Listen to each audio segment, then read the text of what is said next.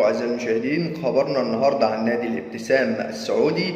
نادي الابتسام هو نادي رياضي سعودي تأسس عام 1968 ميلاديا، وهو مسجل من قبل الهيئة العامة للرياضة، ويقع في بلد أم الحمام بمحافظة القطيف بالمنطقة الشرقية بالمملكة العربية السعودية.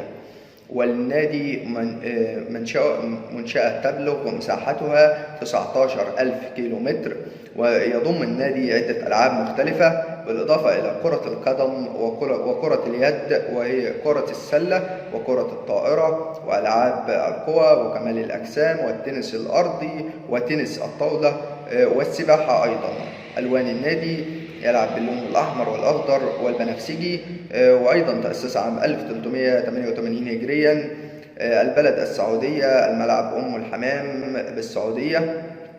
دوري الدرجة الثالثة السعودي عام 2016-2017، المالك الهيئة العامة للرياضة بالسعودية. أشكركم أعزائي المشاهدين، والسلام عليكم ورحمة الله وبركاته.